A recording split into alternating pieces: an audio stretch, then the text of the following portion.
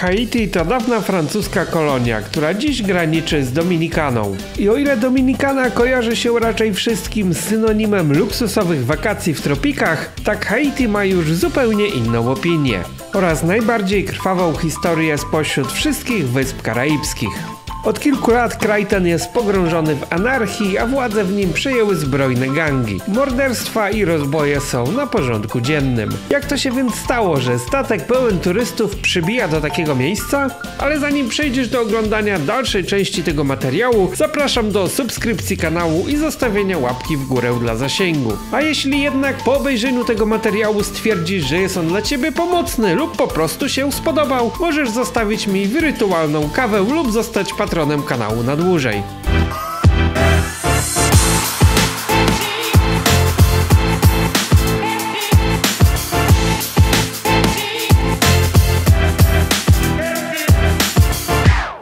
Witam serdecznie z Haiti. Tak, tego Haiti, na którym panuje bezprawie, szerzą się morderstwa, gwałty i rabunki. Ale niestety nie będzie to ta część wyspy, tylko część turystyczna. Można się tutaj dostać wyłącznie w jeden sposób, na pokładzie statku rejsowego. I to w zasadzie tylko wyłącznie jednej linii, Royal Caribbean, która od ponad 30 lat kupiła bądź dzierżawi tutaj skrawek wyspy. Jest to taki półwysep odgrodzony od głównego lądu wysokim płotem, oddzielony uzbrojonymi strażnikami i jest tutaj całkowicie bezpiecznie. Przynajmniej tak twierdzi firma. W ostatnich tygodniach firma znów wznowiła tutaj rejsy po dłuższej przerwie, która była spowodowana zamieszkami na wyspie. I ta wyspa ogólnie ma bardzo krwawą historię i chyba najkrwawszą z wysp karaibskich. Na mocy jakiejś dziwnej umowy firma Royal Caribbean dzierżawi od rządu Haiti, który przecież nie ma już pełnej władzy na wyspie, półwysep, na którym zbudowano ekskluzywną enklawę dla turystów. Na jakiej obecnie zasadzie to działa, nie mam pojęcia. Półwysep jest odgrodzony od stałego lądu wysokim płotem i pilnowany przez uzbrojonych strażników, a turystom nawet nie wolno się w to miejsce zbliżać. Na Haiti od marca 2024 trwa stan wyjątkowy. Powszechna jest tutaj broń palna, rabunki, gwałty, kradzieże, rozboje, napaści seksualne. No wszystko, co rasowy przestępca może sobie zamarzyć, tak tutaj jest powszechnie dostępny i nie grozi za to żadna kara, gdyż nie działa system sądowniczy. Sędziowie są albo zastraszeni, albo przekupieni i nie wydają wyroku. ONZ szacuje, że od początku roku 2024 na wyspie w wyniku zamieszek i zbrojnych starć zginęło ponad 4,5 tysiąca osób, a tysiące zostały rannych. Wśród ofiar są również obywatele USA. Jakże zatem jest więc możliwe, że przybijają tutaj takie olbrzymie pasażerskie statki i ludzie plażują sobie tutaj jak gdyby nigdy nic? A no właśnie, sam się temu dziwię, dlatego specjalnie chciałem wybrać ten kurs, aby zobaczyć, jak to wszystko funkcjonuje.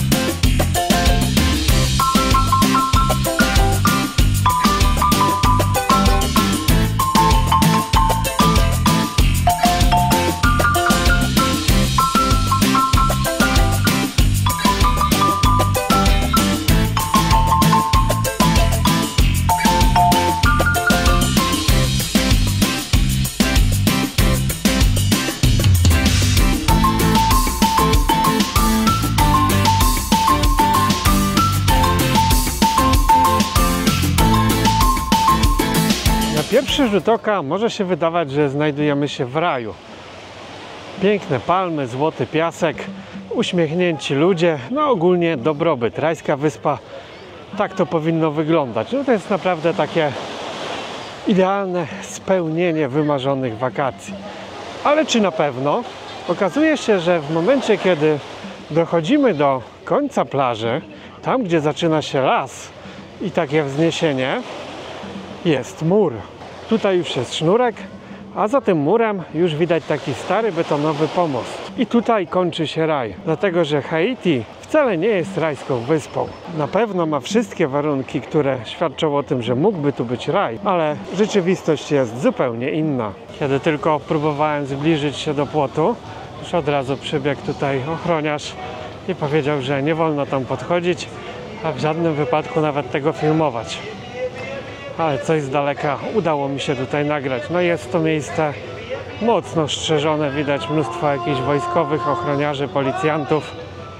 Widać, że chcą oddzielić ten świat od tego, co znajduje się na zewnątrz i myślę, że większość turystów, którzy są w tym miejscu, nie zdają sobie sprawy z tego, co jest po drugiej stronie.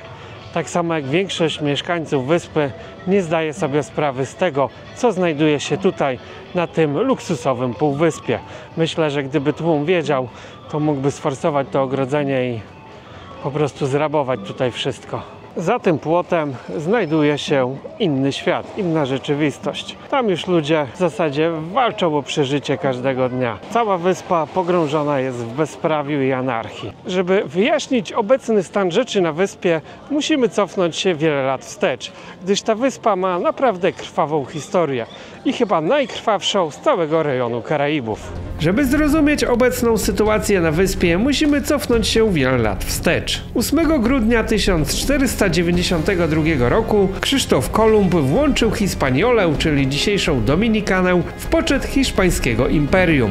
200 lat później zachodnia część wyspy została przekazana Francuzom, którzy uczynili z niej swoją najbogatszą zamorską kolonię, Saint-Dominique, która odpowiadała za blisko połowę ówczesnego PKB Francji. Na terytorium wielkości dzisiejszej Belgii produkowano 40% cukru i 60% kawy spożywanej w Europie w XVII wieku. Więcej niż we wszystkich angielskich koloniach Indii Zachodnich razem wziętych. Jednak było to okupione ogromnym kosztem. W 1788 roku francuską część wyspy zamieszkiwało 25 000 białych Europejczyków, 22 000 wolnych kolorowych i ponad 700 000 niewolników pochodzących z zachodniej Afryki. Dla porównania populacja francuskiej Kanady nie przekraczała w tym czasie 65 000 osób. Saint-Dominique pochłaniała blisko 1/3 wszystkich Afrykanów przewożonych do Nowego Świata.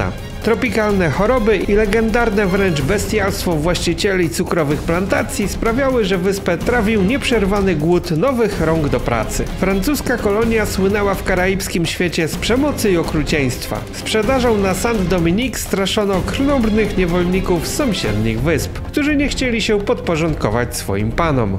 Rewolucja francuska z 1789 roku oraz zwycięska wojna o niepodległość 13 brytyjskich kolonii w Ameryce Północnej sprawiło, że tysiące niewolników postanowiło zrzucić okowy, chwycić za broń i walczyć o wolność. W 1791 roku rozpoczęła się wielka niewolnicza rewolta, która w ciągu kilku następnych lat ogarnęła całą zachodnią część wyspy. W 1802 roku Napoleon Bonaparte wysłał na Saint-Dominique wojskowy korpus ekspedycyjny, którego celem była pacyfikacja buntowników. Jednak powstańcy nie złożyli broni. Ostatecznie francuskie wojska, w skład których wchodzili także polscy legioniści, którzy w większości zdezerterowali i dołączyli do walki po stronie powstańców, wycofały się z wyspy, a Jean-Jacques Dessalines, dowódca niewolniczej armii, ustanowił siebie 1 stycznia 1804 roku cesarzem niepodległego państwa Haiti. Kolonialne państwa oczywiście tego nie uznały. W całym Nowym Świecie, wciąż bazującym na niewolniczej pracy, bano się złego przykładu, który mógłby stamtąd popłynąć na inne wyspy. W obawie przed antyniewolniczą i antykolonialną retoryką zwycięskich rewolucjonistów, europejskie floty odcięły wyspę od świata. Blokada miała zepchnąć nowo powstałe państwo na skraj politycznej, społecznej i gospodarczej zapaści. Tak też się stało. W W celu poprawy dramatycznej sytuacji ekonomicznej elity Haiti postanowiły na tymczasowe wznowienie produkcji. Niestety jedynym znanym wzorcem, który gwarantował sukces w rolnictwie, była praca niewolnicza. Wszystkich wolnych chłopów ponownie zagoniono siłą do pracy. Bicz białego pana zastąpiła kolba policyjnego karabinu. Spowodowało to kolejną ucieczkę tysięcy chłopów z żyznych plantacyjnych nizin w odległe rejony wyspy, gdzie nie sięgała ręka królewskiego bata. Po 21 latach morskiej blokady Francja zgodziła się uznać niepodległość byłej kolonii, zażądała jednak od haitańskiego rządu zapłaty sumy równowartości dzisiejszych 21 miliardów dolarów. Haitański okup do dziś jest uznawany za jeden z najbardziej niegodziwych długów w historii. Dług poważnie zahamował rozwój gospodarczy Haiti, ograniczając w ogromnym stopniu wykorzystywanie krajowych funduszy na rozwój infrastruktury czy usług publicznych. Natychmiast zmusiło to rząd do zaciągnięcia kredytu we francuskich bankach. Pozwoliło to Francuzom w pełni kontrolować haitańskie finanse. Aby spłacić dług, rząd zaciągał kolejne pożyczki, tym razem w amerykańskich bankach. W 1915 roku na Haiti wybuchła rewolta, w trakcie której zginął haitański prezydent. Po czym Amerykanie zajęli wyspę na kolejnych 19 lat i przejęli nad nią kontrolę. Okup oficjalnie spłacono dopiero w 1947 roku i szacuje się, że kosztowało to życie około 350 tysięcy niewolników. Jednak kraj nigdy już nie podniósł się z ruiny. Późniejsza historia była równie zawiła i obfitująca w liczne zamachy stanu, skandale korupcyjne i protesty. Ale przenieśmy się teraz do roku 2021, kiedy to ponownie zabito prezydenta Haiti. Tym razem zrobili to kolumbijscy najemnicy na zlecenie lokalnych gangów. Dziś 60% powierzchni stolicy i duża część wyspy jest pod kontrolą zbrojnych gangów. Nie funkcjonuje parlament, którego siedziba znajduje się w okupowanej przez gangi strefie, nie działa system sądowniczy, a ze względu na problem z dostępem do paliw szpitale nie przyjmują pacjentów. Na ulicach szerzy się gwałt, przemoc i bezprawie. Najpotężniejsza organizacja, której przewodzi były policjant Jimmy Barbecue, przez 2 miesiące kontrolowała terminal paliwowy w stołecznym porcie, blokując dostawy surowca i pomoc humanitarną, co doprowadziło do wybuchu kolejnych fal przemocy. Jeżeli chodzi o plażę, to jest to zdecydowanie najlepsze miejsce, jakie odwiedziliśmy na tej trasie. Nie ma się do czego przyczepić, tylko są to właśnie iluzoryczne pozory stworzone na potrzeby turystów. Tam cumuje sobie statek, tutaj ludzie są rozwożeni po tych plażach.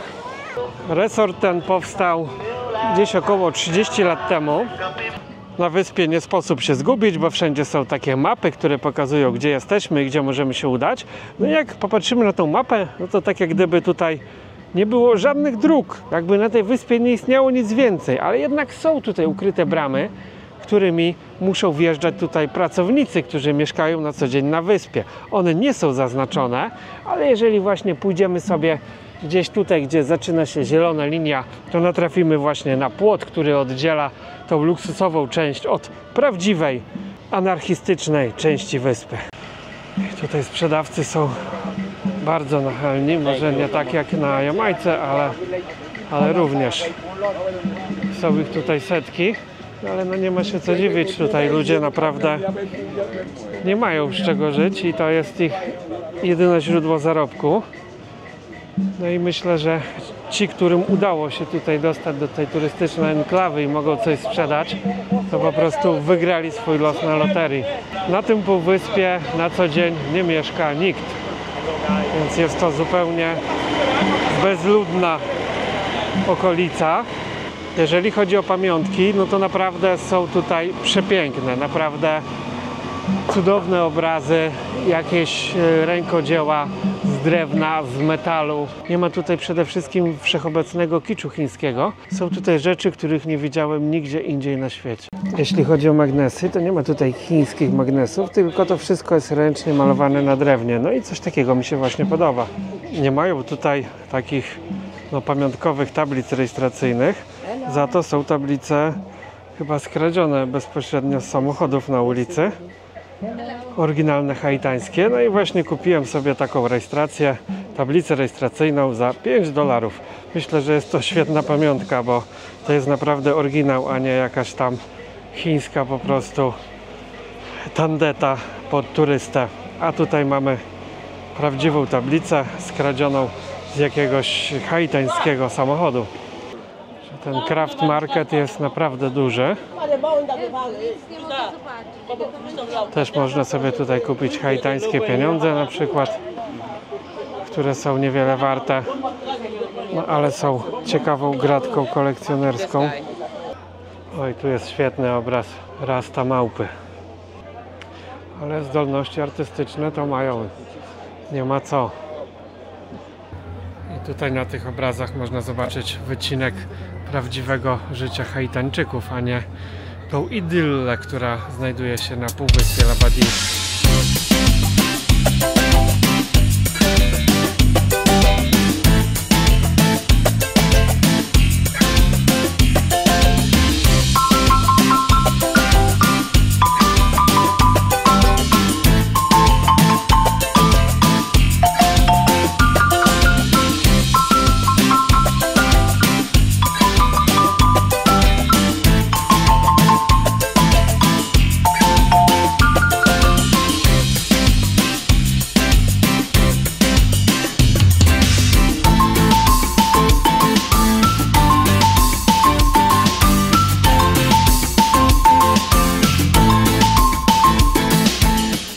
Udałem się teraz na drugi koniec plaży.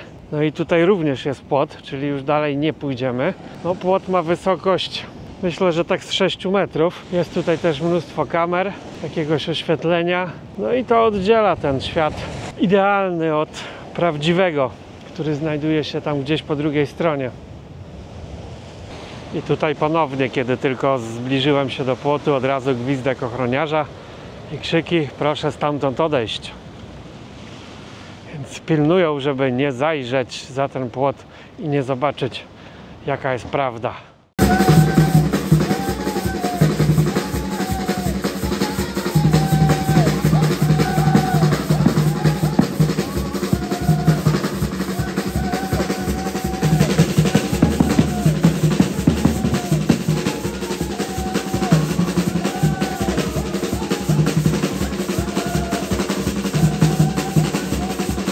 Tutaj rośnie okazałe drzewo mango.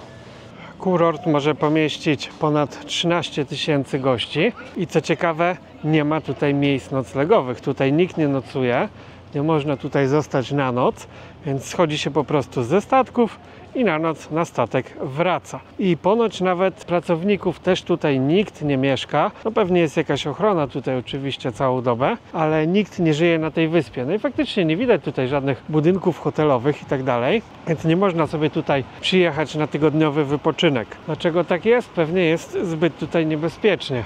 Tak po prostu turystów się ewakuuje w razie czego na statek, a gdyby byli tutaj stali mieszkańcy, no to byłby problem.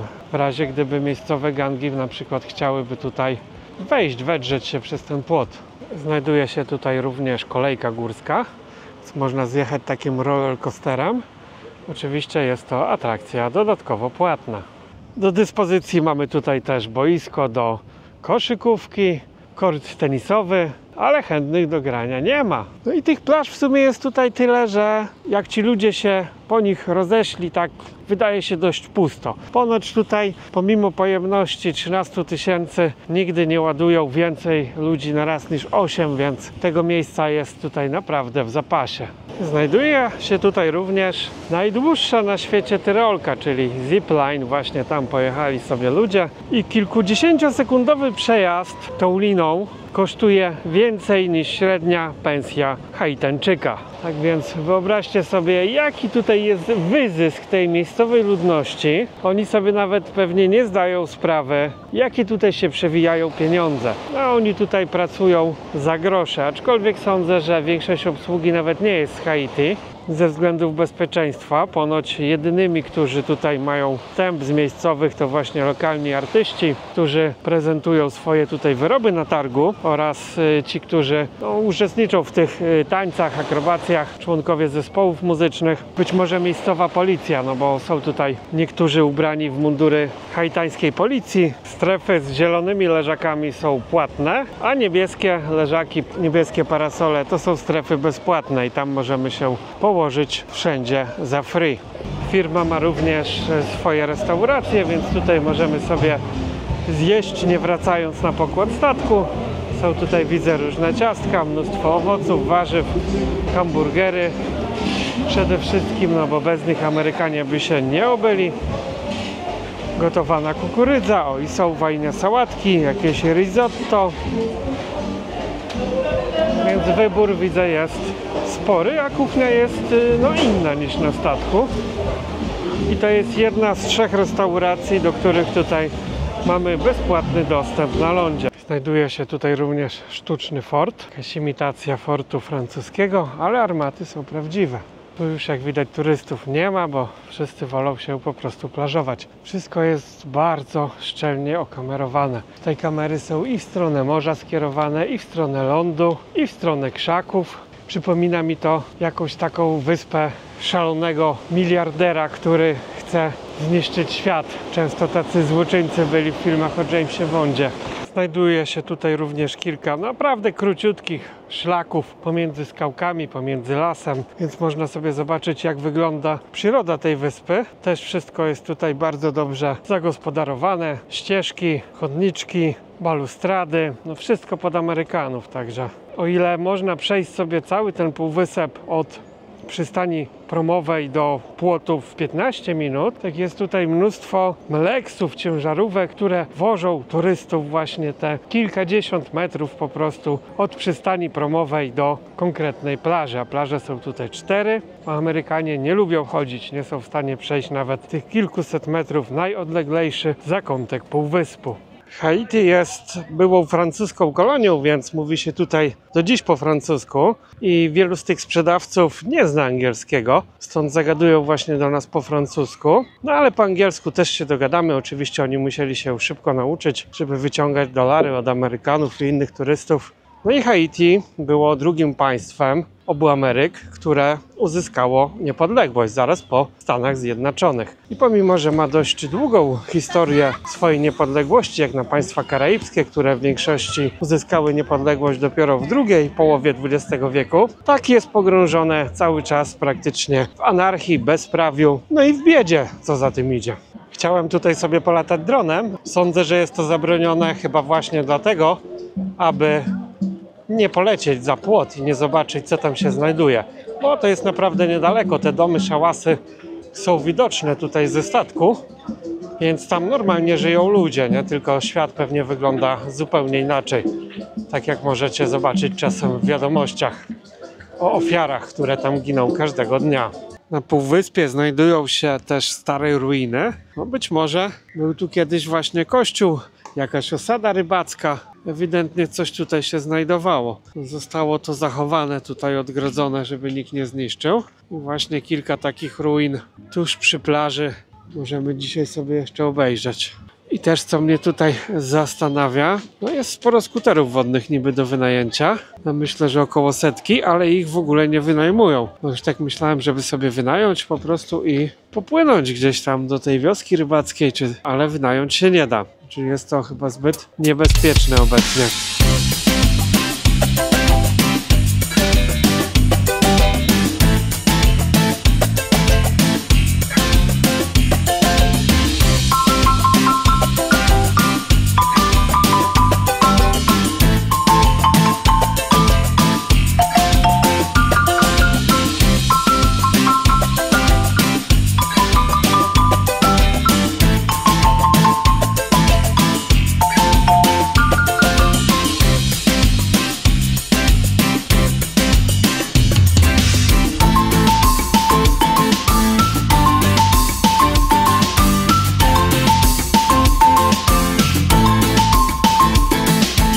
Dobrze było postawić nogę na Haiti chociaż na jedną chwilę i mam nadzieję, że jak już sytuacja na wyspie trochę się uspokoi, uda mi się jeszcze wam pokazać tę naturalną część wyspy. W trakcie mojego pobytu w tym miejscu na stołecznym lotnisku ostrzelono akurat samolot pasażerski i wszelkie loty cywilne zostały wstrzymane. Dziękuję za dotrwanie do końca filmu. Możesz teraz podzielić się swoimi wrażeniami w komentarzu. Do zobaczenia w kolejnych filmach. Cześć!